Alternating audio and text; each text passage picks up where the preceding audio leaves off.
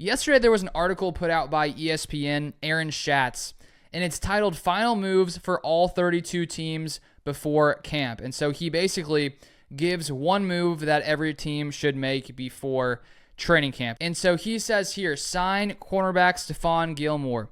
Here's another team with questions at their second outside cornerback position.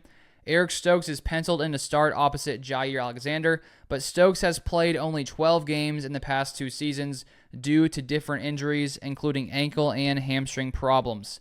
The Packers need a backup for Stokes with more experience than Corey Ballentine or Carrington Valentine. Gilmore, 33, still has something left in the tank and would be valuable to the Packers even if he couldn't beat out Stokes for the starting spot in training camp. And so my overall take on this, I'm not like greatly opposed to this. I'm also not greatly for this. I think that it could be a fine idea, but I feel like the only way this would actually happen, the Packers would actually decide to bring in Stephon Gilmore, is if he's still available once the season starts, if he hasn't signed to any kind of team, any roster, that if there were some kind of injury at the cornerback position, I think the Packers going and signing a guy like Stephon Gilmore would make lots of sense.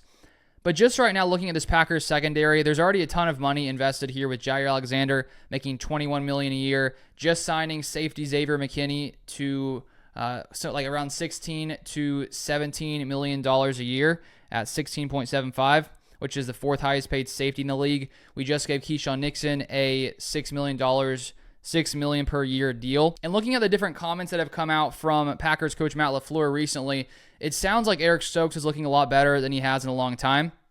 And so I think the Packers seem pretty confident in Stokes hopefully getting back to how he looked his rookie season. And because the Packers also have Carrington Valentine, Corey Ballentine, who both played a ton of snaps last season, it feels to me like the Packers are going to stay put. And as I said, unless there's some kind of injury, I think that's the only way that this makes sense. I do think that, if you look at Stephon Gilmore, his stats last year playing for the Cowboys after having a long career elsewhere in Buffalo, New England, Carolina, Indianapolis, he was pretty good last year for the Cowboys.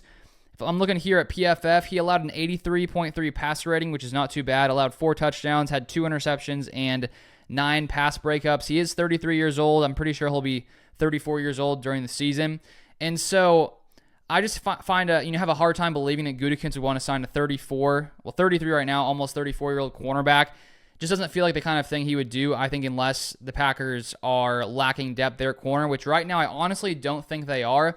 And if Stephon Gilmore were here, he would probably be competing with Carrington Valentine and Eric Stokes for that outside, other outside job outside Jair Alexander. And while it wouldn't be terrible, because I don't think that it's not like he's fallen off a cliff recently when it comes to his play. He's still been pretty solid. You look at his PFF grades, it was 74.4 last year, which is still pretty good, 79.1 the year prior. So he hasn't really started to play badly at this point, but I feel like when guys start hitting 33, 34 years old, it's sort of like, okay, when is that, that their dip in play going to come? Because it's going to happen at some point for all of these players. And so that's sort of my thought process. But I think the Packers cornerback room and secondary overall is in a pretty good spot right now as we enter training camp. But those are my thoughts. If you want more Packers content, feel free to subscribe down below. You can follow me on Twitter, LukeBeller3, and I'll see you guys next time.